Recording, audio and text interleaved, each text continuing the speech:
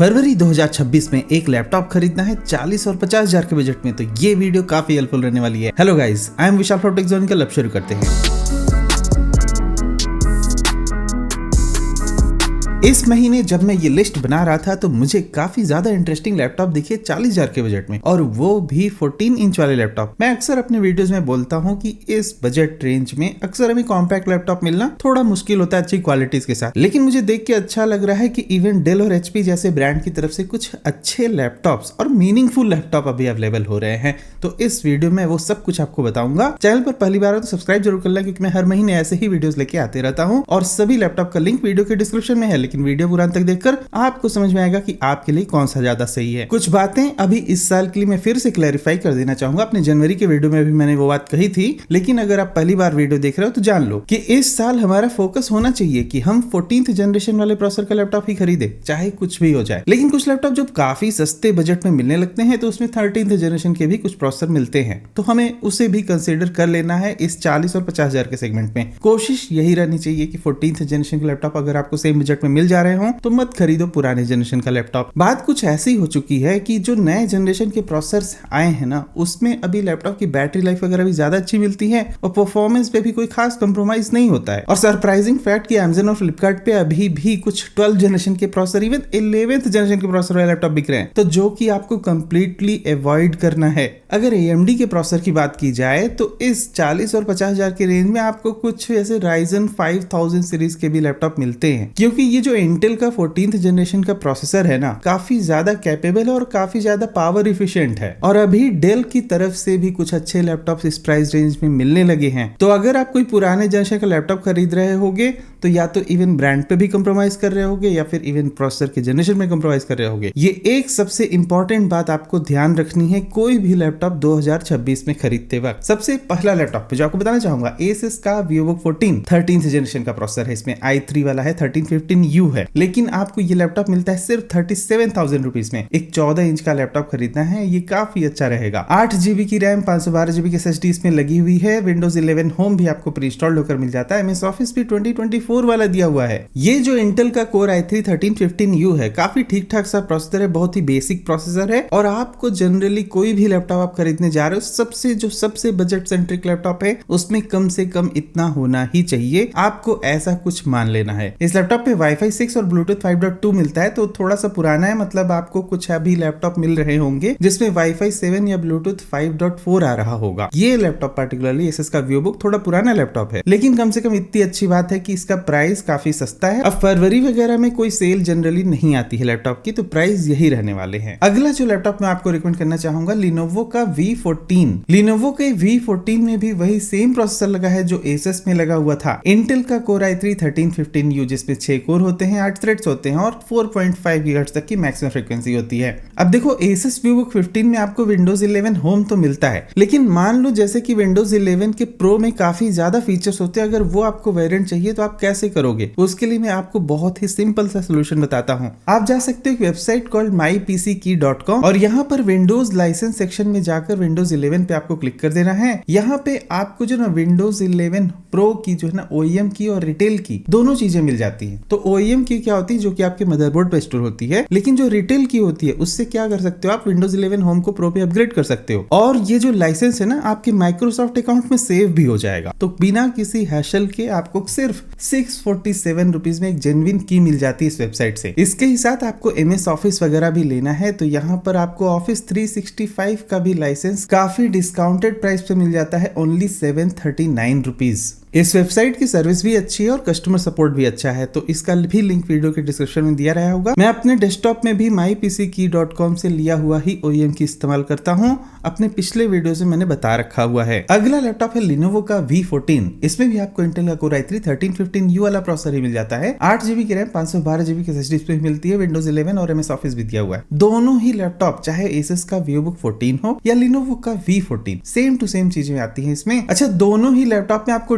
DDR4 RAM ही मिलती है 3200 megahertz वाली। तो ये बात ध्यान में रखना, इन दोनों लैपटॉप में जनरली कोई भी डिफरेंस नहीं है ऑलमोस्ट, तो आप इसमें से कंसीडर कर सकते हो। इन दोनों लैपटॉप में आपको किस पे प्रेफरेंस देना चाहिए, जिसका सर्विस सेंटर आपके लिए ज्यादा पास में हो और उसके ही साथ इसका प्राइस थोड़ा ज्यादा है एसस के कंपैरिजन में। लिनोवो की बिल्ड क्वालिटी थोड़ी ज्यादा बेटर है इस वजह से, तो आप उस प्राइस फैक्टर को भी देखते हुए कंसीडर कर सकते हो। लेकिन अगर आपको एक रिलायबल ब्रांड चाहिए, अच्छा लैपटॉप चाहिए, लेटेस्ट जनरेशन भी चाहिए, तो डेल की तरफ से आने वाला ये नया लैपटॉप डेल 14 का जो नया सीरीज लॉन्च हुआ है 2026 में, ये माइंड ब्लोइंग मुझे लगा। इसके सामने सारे लैपटॉप अभी 13th जनरेशन वाले फीके पड़ जाएंगे 40,000 के बजट। मुझे ये भी देख के सरप्राइज हो रहा है कि डेल ने काफी अच्छा काम कर दिया इस साल। ऐसा तकरीबन 3 साल के बाद हो रहा है कि डेल ने जो पहला लैपटॉप लॉन्च किया वो मुझे इंस्टेंटली पसंद आने लगा, और इसमें अच्छा डिस्प्ले भी दिया गया है जो कि डेल अक्सर नहीं दिया करता इस लो से बजट में। इसमें आपको इंटेल का कोर 300U वाला प्रोसेसर मिल जाएगा, जिसमें 8GB की रैम और 512GB की SSD भी मिलती है। लेकिन एक बहुत इंटरेस्टिंग फैक्ट, विंडोज 11 प्रो का आपको प्री इंस्टॉल्ड होकर वेरिएंट मिल जाता है। यहाँ पर कोई 11 होम से प्रो पे अपग्रेड करने की जरूरत भी नहीं है। एक जो थोड़ी प्रॉब्लम लग गई, MS ऑफिस का 2024 के बजाय आपको 2021 ही वर्जन दिया जा रहा है, थोड़ा पुराना। लेकिन सबसे इंटरेस्टिंग फैक्ट कि आपको एक अच्छा सा IPS डिस्प्ले भी दिया जाता है इस डेल के लैपटॉप पे। अब मैं लेटेस्ट जनरेशन वाले प्रोसेसर के लैपटॉप पे क्यों जोर दे रहा हूँ आपको बताता हूँ। जैसा कि इसमें ना 100U वाला प्रोसेसर जो है 4.7 गीगाहर्ट्ज तक की मैक्सिमम क्लॉक स्पीड देता है, 6 कोर और 8 थ्रेड होते हैं। तो number of cores same to same वही हैं जो 13 जनरेशन में थे, लेकिन जो क्लॉक स्पीड है, मैक्सिमम फ्रीक्वेंसी, वो ज्यादा हो चुकी है 0.2 गीगाहर्ट्ज से, और इसकी वजह से आपको ज्यादा मल्टीटास्किंग करने को मिल जाएगी, ज्यादा ऑप्टिमल परफॉर्मेंस भी मिल जाएगा। और साथ में इसमें आपको DDR5 रैम दी गई है pre installed, which is fantastic. एक और जो सबसे बड़ा हाईलाइट है इस डेल के लैपटॉप में, जो कि बहुत ही प्रैक्टिकल है आजकल, वो है SD कार्ड स्लॉट। ऐसा मैं क्यों कह रहा हूँ, अगर आप अपने घर में कैमरा वगैरह इस्तेमाल करते हो जिसमें SD कार्ड लगता है, और जनरली क्या होता है ना, आपको फोटोशॉप में मान लो कुछ फोटोज एडिट करनी है, तो अब कोई ट्रांसफर करने की झंझट नहीं रहेगी इसके साथ। ये ऑलमोस्ट हर एक लैपटॉप में आना चाहिए इन माय ओपिनियन। साथ में यहाँ पर टाइप C पोर्ट भी दिया गया है, फुल साइज HDMI पोर्ट भी दिया गया है, टाइप A पोर्ट तो ऑफ कोर्स है ही, और 3.5 mm जैक भी है। तो मतलब कि ये एक फीचर पैक्ड लैपटॉप लगा। इस लैपटॉप पे बस एक थोड़ी सी कमी मुझे लगी कि बैकलिट कीबोर्ड, फिंगरप्रिंट रीडर, वो सब कुछ नहीं है ऑफ कोर्स, क्योंकि 40,000 के बजट में आपको चीजें नहीं मिलती हैं। लेकिन इस बजट में मेरा one of the top pick रहने वाला है डेल का ये लैपटॉप, और मोस्ट प्रोबेबली जो मैं हर महीने वीडियोस लेके आता हूँ ना, ये लैपटॉप उसमें सबसे ज्यादा टॉप पे रहने वाला है। अगला जो लैपटॉप है HP की तरफ से, और HP का ये लैपटॉप आप देख सकते हो 42,000 के बजट में है। थोड़ा पुराना प्रोसेसर है भाई, 13 जनरेशन वाला 1315U। लेकिन इस लैपटॉप को यहाँ लिस्ट में देने का सबसे बड़ा मेरा पॉइंट था 16GB की रैम। तो यहाँ पर आपको काफी कम बजट में ढंग की रैम मिल जा रही, काफी ज्यादा मेमोरी मिल जाएगी, और 512GB का आपको स्टोरेज मिल ही जाता है। साथ में विंडोज 11 प्रो इसमें भी प्री इंस्टॉल्ड है, MS ऑफिस 2021 वाला ही दिया हुआ है। HP के इस लैपटॉप में थोड़ी सी जो कमी है वो है डिस्प्ले का थोड़ा कम अच्छा होना। इसमें सिर्फ HD डिस्प्ले दिया गया है, फुल HD नहीं दिया गया है, तो 720 पिक्सल रेजोल्यूशन वाला है। लेकिन अब क्योंकि ये 14 इंच का लैपटॉप है, चल जाएगा आपको। फिर भी मैं कहूंगा डेल ज्यादा अच्छा है इसके कंपेरिजन में। अगला जो लैपटॉप है एसर की तरफ से, अगर आपका बजट थोड़ा ज्यादा जा सकता है अप टू 45,000, तो ये लैपटॉप खरीदना बहुत अच्छा रहेगा। एसर का प्रोफेशनल, इसमें आपको AMD का Ryzen 5 7430U प्रोसेसर मिल जाता है, तो अच्छा प्रोसेसर है ये, ऐसा नहीं कि बहुत पुराना हो गया। इंटेल की तरफ से जो 13th जनरेशन के प्रोसेसर चल रहे थे, उसी टाइम पे Ryzen के ये 7000 सीरीज चल रही थी, तो आपको उस तरह से सोच लेना है। अब यहाँ पे 16GB की रैम भी मिल जाती है, 512GB की SSD, और IPS डिस्प्ले भी मिल जाता है। ये 14 इंच की कैटेगरी में बहुत ही ज्यादा सही लैपटॉप रहेगा। विंडोज 11 का प्रो एडिशन और MS ऑफिस का 2021 यहाँ भी प्री इंस्टॉल्ड होकर मिल जाता है, विच इज फैंटास्टिक। ये जो 5 लैपटॉप मैंने बताए, आपने देखा होगा कि मैंने हर ब्रांड को ऑलमोस्ट इंक्लूड कर दिया है 40 से लेकर 45,000 रुपए में। अब इसमें जो है ना, एक ही लैपटॉप में हाईली रिकमेंड करना चाहूंगा, डेल वाला। मतलब उसके आगे मुझे सभी थोड़े कम अच्छे ही लगे। तो आपके पास एक ऑप्शन है, लिंक डिस्क्रिप्शन में दिया है, आप जाके उसे आराम से खरीद सकते हो। अब बात करते हैं 15 इंच वाले सारे लैपटॉप्स की। सबसे पहला लैपटॉप HP की तरफ से, अगर आपका बजट बिल्कुल 40,000 से ऊपर नहीं जा रहा हो, तो HP का 15 आप खरीद सकते हो, 255R। काफी अच्छा लैपटॉप है, मतलब ये रिसेंटली लॉन्च हुआ भी। इसमें भी आपको 7535U मिलता है, तो अच्छा प्रोसेसर है, 6 कोर होते हैं, 12 थ्रेड्स होते हैं। इसमें क्या थोड़ा सा मतलब इसको मैं कह सकता हूँ कि ये इंटेल के कोर i3 1315U के इक्विवेलेंट है। मैक्सिमम फ्रीक्वेंसी इसमें फिर भी थोड़ी सी कम ही है 13 जनरेशन प्रोसेसर के मुकाबले। 8GB की रैम 512GB की SSD विंडोज 11 इसमें आपको प्री इंस्टॉल्ड होकर मिल जाएगा। एक सबसे बड़ा हाईलाइट है कि 15 इंच का होने के बावजूद भी इसका वेट बहुत कम है। हल्का सा लैपटॉप है। HP की तरफ से एक स्लीक डिजाइन के साथ में टाइप सी पोर्ट वगैरह भी आपको मिल जाता है, लेकिन कोई भी SD कार्ड स्लॉट वगैरह यहाँ पर नहीं दे रखा हुआ है। और रही बात डिस्प्ले की, तो एक 45% की NTSC का नॉर्मल सा डिस्प्ले है। IPS एंटी ग्लेयर बस ठीक ठाक सा है। व्यूइंग एंगल वगैरह अच्छे रहते हैं, मैं ये नहीं कहूंगा बहुत ही टॉप नॉच रहते हैं, फिर भी डेल के कंपैरिजन में इसका डिस्प्ले थोड़ा फीका सा लगेगा। अगला लैपटॉप एक इसी का वेरिएंट है, आपको मिल जाएगा फ्लिपकार्ट पे, ये 250R। ये जो है ना 255R था और ये 250R है। इसमें आपको जो है इंटेल का नया वाला प्रोसेसर मिल जाता है जो कि डेल में मैंने दिखाया, इंटेल का कोर 300U। तो ये जो 14th जनरेशन से क्या किया है ना इंटेल ने, वो जो i3, i5, i7 को हटा के कोर 3, कोर 5, कोर 7 ऐसा चल रहा है, तो आपको कंफ्यूजन यहाँ पर नहीं होनी चाहिए। यहाँ पर सबसे बड़ा हाईलाइट है 24GB की रैम। अब ये जो लैपटॉप है पार्टिकुलर, अगर आप खरीदते हो ना, इस हाई-फाई सी रैम के साथ आप क्या कर सकते हो आप बहुत ही बेहतरीन फोटो एडिटिंग। अगर एडोबी फोटोशॉप, लाइटरूम, ये सब कुछ ग्राफिक डिजाइनिंग के लिए कुछ चलाना है तो आप इस लैपटॉप में वो सारा काम कर पाओगे। लेकिन डिस्प्ले ऑफ कोर्स वो थोड़ा सा फीका रहने वाला है, तो आपको एक्सटर्नल मॉनिटर इस्तेमाल करना होगा। मॉनिटर वगैरह की भी वीडियोस है मेरे चैनल पे, आप जाके पुरानी देख सकते हो। आपको ग्राफिक डिजाइनिंग के लिए कौन सा अच्छा मॉनिटर चाहिए